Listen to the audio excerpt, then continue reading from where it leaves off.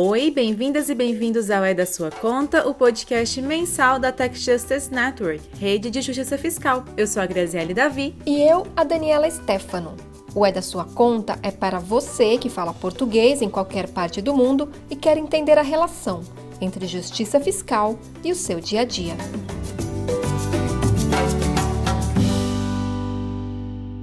A pandemia de Covid-19 é uma crise sanitária dentro de uma crise climática. E estas crises nos levaram a uma crise econômica e social. Nossa, parece até uma sinfonia de crises. Grazi, um dos grandes desafios é o financiamento para superar essas crises, não é? Isso. É um cenário inédito que exige do mundo inovação para respondê-la. Como a gente já falou nos 3 episódios anteriores, justiça fiscal, que necessariamente passa pela tributação de riqueza e de multinacionais, é um instrumento central. E agora, o episódio 15 do É da Sua Conta traz novos instrumentos para se somarem à orquestra de financiamento da superação da coronacrise, a emissão monetária e a emissão de títulos da dívida. Hora de afinar os instrumentos! Vamos começar com a emissão monetária e como ela pode ser útil para ajudar a pagar a saída dessa crise gigante. Mas o que é emissão monetária? Quem nos explica é Fábio Terra, professor de Economia da Universidade Federal do ABC de São Paulo. A emissão monetária é o Banco Central, basicamente, de alguma forma, mandar imprimir moeda, o que hoje, dada a tecnologia que existe, é meramente dar um enter. Mas a decisão de como o dinheiro será gasto é feita pelos governos, no orçamento público, explica o nosso colunista Nick Jackson, da Tax Justice Network. Mas não é trabalho do Banco Central decidir se esse novo dinheiro deve ser gasto em escolas, ou em soldados, ou em creches. Então ele dá esse dinheiro para o governo e eles decidem como gastá-lo e executam isso. Você tá ouvindo o Nick falar em inglês. É que ele tá de férias. Mas antes, ele já tinha falado sobre isso no The Reboot, uma série no YouTube da Tax Justice Network sobre como tornar o sistema econômico global mais justo. Então, bancos centrais, com moedas mais fortes, podem criar dinheiro digitalmente. E qual é o modo principal que um banco central pode entregar esse dinheiro novo para o governo? Bem, ele compra os títulos do governo. O governo está realmente emprestando de si mesmo. Então, há ainda menos necessidade de se preocupar com isso. Mas existe um grande medo de que essa criação de dinheiro possa causar uma hiperinflação. Aqui no Brasil existe o fantasma que ronda o imaginário da população, a volta da inflação da década de 1980. Quem nos explica é Fábio Terra, professor de Economia da Universidade Federal do ABC de São Paulo. A gente achar que o que aconteceu nos anos 80 e começo dos anos 90 é igual ao que está acontecendo agora é um problema severo. Por quê?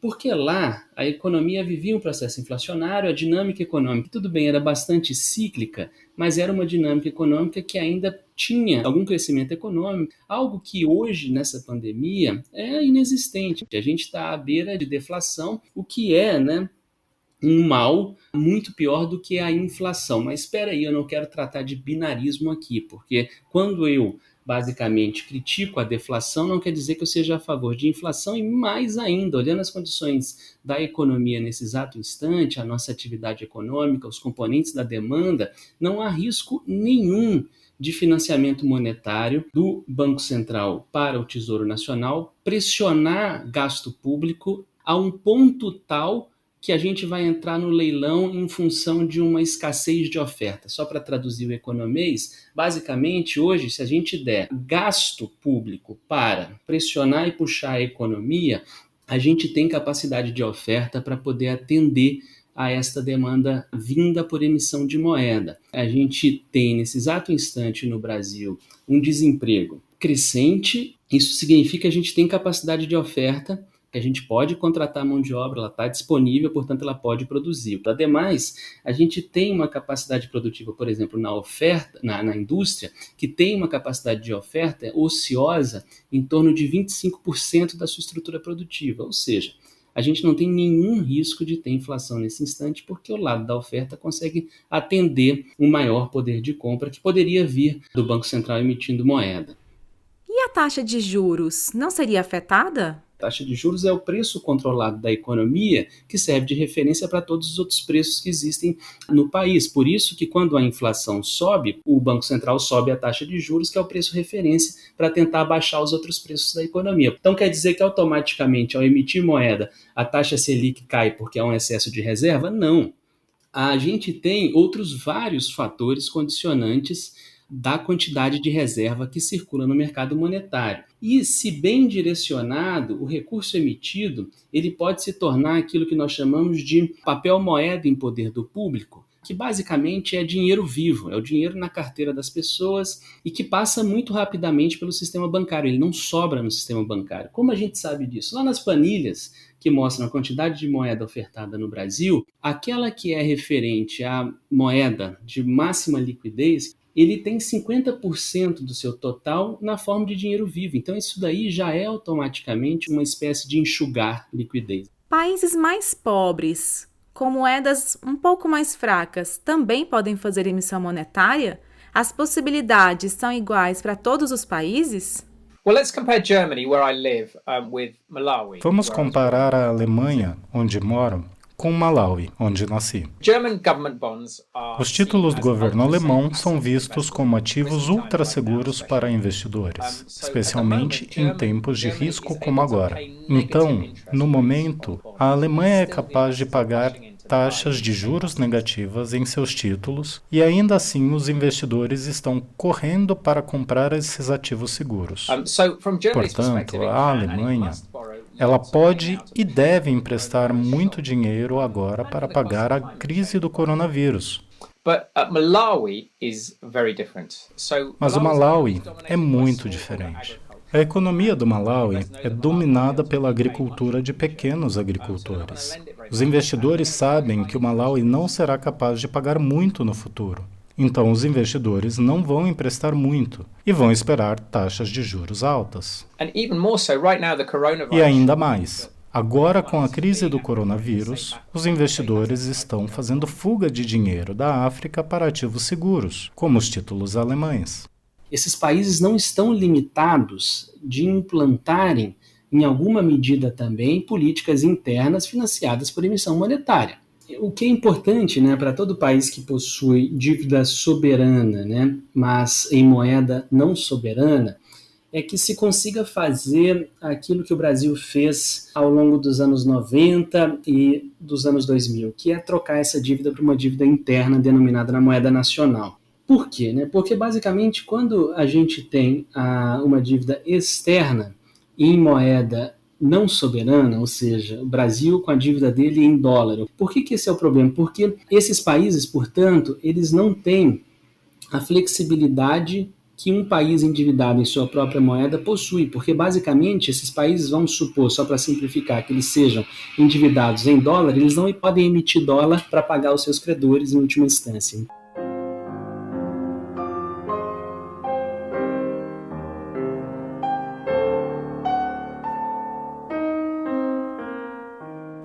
Os números de contaminados oficiais pelo novo coronavírus nos países lusófonos na África são bem pequenos, mas os impactos da pandemia são grandes.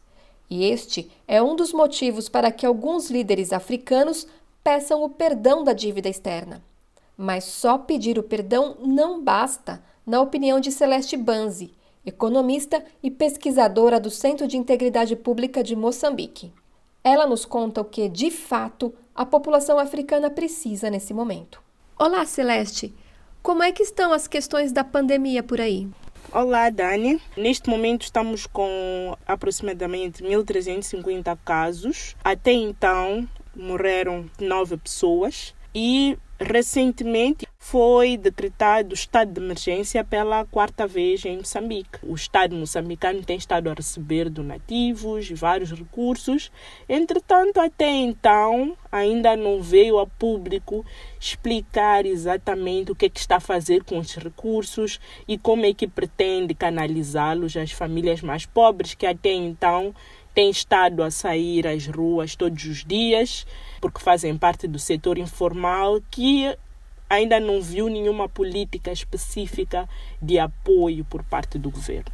E, ao mesmo tempo, eu acredito que o governo continue pagando as parcelas da dívida externa. Você pode dizer um pouquinho como é que andam as negociações? Porque existe aí uma pressão de alguns líderes africanos para pedir o perdão da dívida externa. Existe alguma negociação nesse sentido para o cancelamento das dívidas dos países africanos? Bem, deixa só dar um pouco do contexto em relação às dívidas dos países africanos, depois eu falo um pouco sobre a questão de Moçambique. Desde 2010, a média da dívida pública na África subsaariana está a crescer muito rapidamente e saiu de 40% do PIB para cerca de 59% do PIB em 2018. A última vez que houve uma certa ronda de alívio da dívida pública no continente africano foi no âmbito da iniciativa IPIC, ou seja, alívio à dívida pública de países pobres altamente endividados.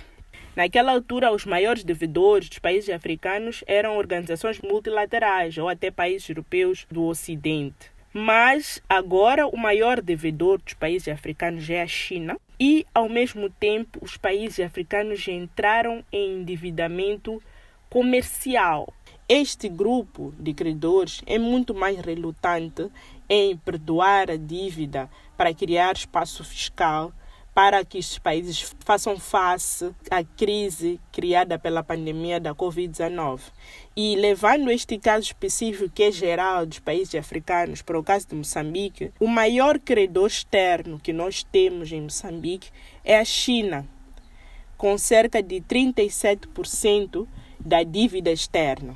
Você chegou a falar no começo sobre doações. Como é que está essa questão e quais são as outras alternativas que se tem diante desse quadro para socorrer as populações que estão sendo afetadas? Houve um apoio por parte do Fundo Monetário Internacional de cerca de 309 milhões de dólares que o país recebeu. Apoio, como quem diz, né? É um crédito com taxa de juro quase zero, e que o país recebeu.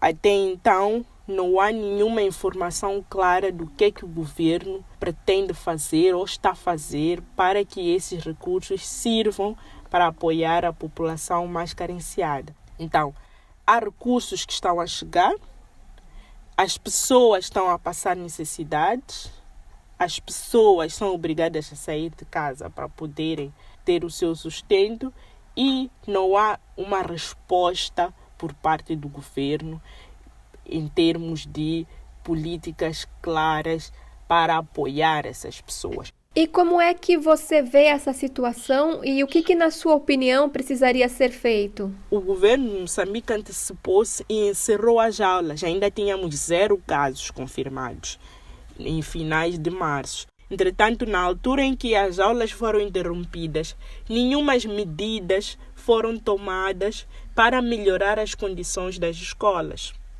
O que está a acontecer agora? Mesmo com cerca de 1.350 casos, já estão a aprovar e a decidir que o ano letivo vai começar a 27 de julho. Entretanto, as escolas que nem sequer têm água, as escolas que nem sequer têm sanitários.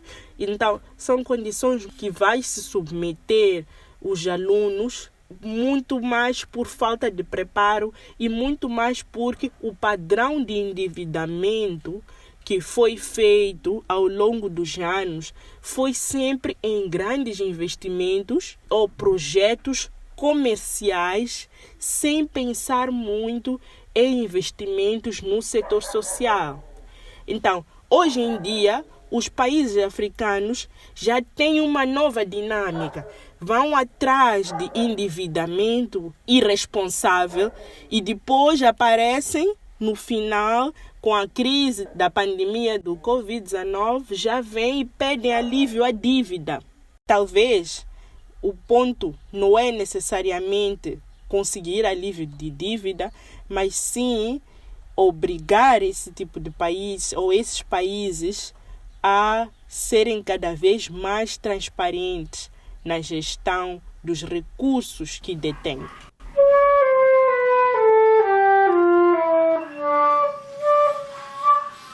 Conseguir converter a dívida externa em dívida interna e dar maior autonomia à moeda nacional é uma história brasileira que precisa ser compartilhada. Quem toca essa história para nós é o Luciano Máximo. E a maratona dos países endividados chega a um momento dramático. Com a volumosa dívida que fizeram incrível carga de juros, os atletas dão um passo para frente e outro para trás. Não é mole arrastar tudo isso não, meu garoto. Parece que não há mais força para continuar. Agora tem gente aí tentando recuperar, pagando o que pode, entregando suas últimas economias. O que é? O Brasil diz que não tem mais nada. Não dá mais. Olha aí o Brasil dizendo, jogou a toalha, agora complicou tudo. Que é isso? A vaca foi pro brejo! Na voz do locutor esportivo Osmar Santos, no documentário Dívida Externa, Dívida Eterna, de 1990, a busca pelo desenvolvimento de países pobres e emergentes foi retratada como uma maratona cheia de obstáculos. O principal deles era o endividamento com governos de nações ricas, grandes bancos, multinacionais e organismos multilaterais, como o Fundo Monetário Internacional, o FMI. Imagina correr uma maratona com um peso quase impossível de carregar. Pois é, nos anos 1980 e 1990, esse fardo era a dívida externa. Durante muito tempo, o assunto esteve na ponta da língua de muita gente, não só economistas e especialistas. Muito por conta da dívida externa, a economia brasileira passou essas décadas arranhada. Em 1983 e 1987, o governo assumiu que não poderia pagar aos credores internacionais. O economista Guido Mantega, ministro da Fazenda de 2006 a 2015, conta sobre os anos de dependência do Brasil com o FMI e os ruídos disso na política econômica. Desde a crise da dívida dos anos 80, o Brasil ficou prisioneiro dos credores e do Fundo Monetário Internacional. De 1998 a 2002, as reservas brasileiras evaporaram e o governo Fernando Henrique Cardoso teve que pedir 3 empréstimos ao Fundo Monetário para não quebrar. Por causa disso, o governo Fernando Henrique Cardoso teve que praticar uma política econômica neoliberal, com juros altos, baixo crescimento e sem geração de empregos, e que beneficiava somente os rentistas e o capital financeiro. A dívida externa de um país é composta por títulos da dívida pública emitidos em moeda estrangeira, transações financeiras de empresas e bancos e empréstimos internacionais tomados por governos. No caso dos contratos de empréstimos com FMI e Banco Mundial, por exemplo, existiam condicionalidades que eram muito prejudiciais aos países. Em 2005, o governo Lula pagou a dívida com o Fundo Monetário e foi acumulando reservas mais do que suficientes para pagar toda a dívida externa, e ainda sobrava dólares para enfrentar as crises externas. Foi assim que resolvemos um dos maiores problemas do passado. O Brasil pagou mais de 15 bilhões de dólares ao FMI em 2005. Para se ter uma ideia, esse valor, corrigido pela inflação, corresponde hoje ao que o governo brasileiro paga de auxílio emergencial da pandemia por 2 meses, beneficiando mais de 60 milhões de brasileiros. Mas como o Brasil conseguiu se livrar do fardo do FMI? Há uma sinfonia de fatores para explicar. Primeiro, houve vontade política. Desde o início do governo Lula, em 2003, o Brasil buscou protagonismo na geopolítica global. O avanço da economia também ajudou. De 2003 a 2005, a média de crescimento do Produto Interno Bruto foi de 3,36%. Em 2004, o PIB cresceu 5,8%. Com isso, a arrecadação também cresceu, o que permitiu que ela ficasse acima dos gastos primários do governo. Esse dinheiro a mais foi então utilizado ao longo dos anos para pagar juros da dívida e pagar o principal da dívida, libertando e trazendo soberania à população brasileira. Em 2005, o governo escolheu usar esse dinheiro para quitar o débito com o FMI. Foi uma escolha política para que o país não precisasse seguir tutelado pelas condicionalidades impostas pelo fundo. Além de reduzir o endividamento, o Brasil passou a acumular reservas internacionais e, anos mais tarde, se tornou credor internacional, como lembra o ex-ministro Mantega. Ao final de 2008, começou uma forte crise financeira que afetou a economia mundial. Mas dessa vez o Brasil não foi pego desprevenido. A economia brasileira estava mais sólida. Colocamos à disposição nossas contas no fundo para socorrer os países em dificuldades. Nos tornamos credores do Fundo Monetário. Atualmente, o endividamento externo brasileiro é de apenas 5% do total de toda a dívida pública, um valor de 218 bilhões de dólares. Já suas reservas internacionais seguem maiores, cerca de 350 bilhões de dólares. Isso significa que o governo brasileiro tem possibilidade de tocar os instrumentos de emissão monetária e de dívida com mais autonomia, podendo ser mais efetivo do que está sendo na resposta à crise. Luciano Máximo é da sua conta.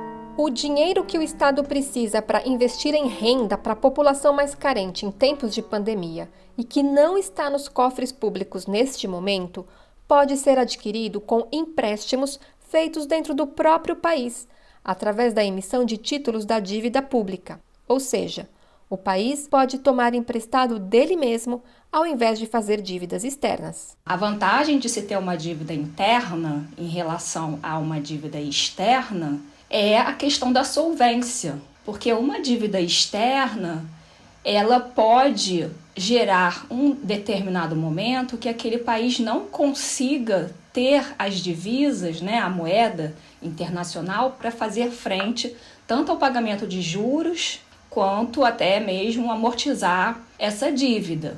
Júlia Braga é professora da Universidade Federal Fluminense, no Rio de Janeiro. Pode chegar um momento que essa dívida seja de muito curto prazo, ou num volume tão alto que aquele país não consiga fazer face a esse pagamento e tenha que declarar uma moratória, não pague, E isso acaba podendo gerar uma crise cambial. Já a dívida interna, não acontece isso. E isso porque a dívida interna é feita em moeda nacional, ou seja, o país pode pagar os juros e rolar essa dívida. Qual é o limite do endividamento? Nenhum economista tem esse número. Não se pode dizer que existe um número mágico a partir do qual existe uma consequência ruim. Agora, de fato, o país vai ter que fazer uma política fiscal anticíclica para combater a crise. Os déficits vão alcançar 2 dígitos, a dívida muda de patamar. Agora está em 81, o último dado que a gente tem é de maio. Mas pode ser que alcance 95, 96, 98, a depender das previsões que eu vi no final desse ano. Só que afirmar que a partir daí vai continuar crescendo, eu acho que é uma afirmação muito forte. Segundo Júlia Braga, o problema da dívida interna está nos juros altos, que podem aumentar a concentração de renda nas mãos daqueles que emprestam o dinheiro. Mas a tendência mundial são juros baixos. A nossa taxa de juros está muito atrelada à taxa internacional. E o mundo vai passar por um período longo de taxa de juros baixa. E o Brasil foi tendo essa convergência, essa realidade de taxas baixas. De forma que você falar que a crise vai explodir porque não fez a reforma X ou Y, eu acho um pouco forte. Assim sendo, aumentar a dívida interna é um instrumento que pode ser visto como solução para estes tempos de pandemia. Se o governo continuar com uma política de transferência de rendas, de investimento e gastos em setores chaves da economia que atendam às demandas sociais, como saúde, educação, o próprio efeito dessa política é uma recuperação da economia. E conforme a economia vai se recuperando, ela vai começando a crescer novamente, o que acontece é que ocorre um aumento da arrecadação.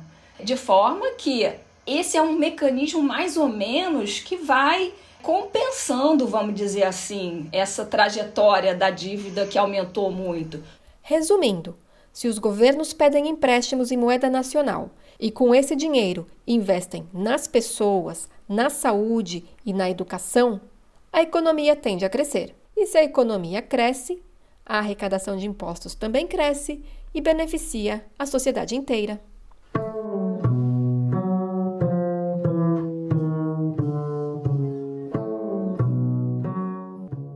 Para financiar políticas públicas que garantem nossos direitos, como saúde pública e proteção social, além dos investimentos, os estados podem utilizar alguns instrumentos: a tributação, a emissão monetária e a emissão de títulos da dívida pública. A sinfonia de crises que estamos enfrentando exige que os estados afinem cada um desses instrumentos e os harmonizem para que a recuperação econômica global e de cada país seja eficiente, redistributiva e verde. Para isso, é essencial orquestrar uma maior participação das grandes corporações e dos bilionários no financiamento da recuperação, para que a tributação possa permitir que se ouça também, de forma sustentável, o uso de dívida e de impressão de dinheiro.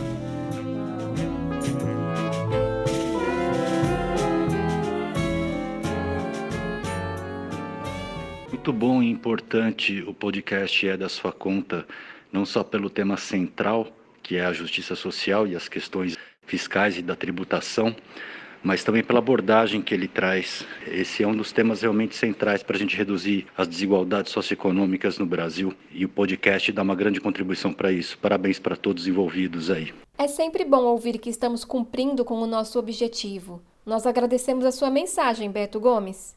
E se você que está nos ouvindo quiser enviar um comentário, tiver uma crítica ou sugestão, fale com a gente no Twitter, da sua conta.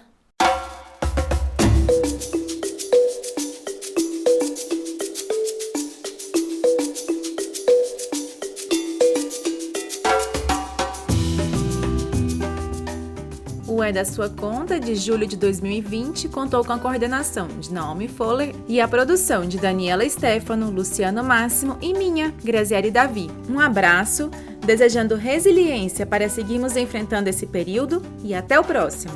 Muita força, se estiver no Brasil, fica em casa e até o próximo.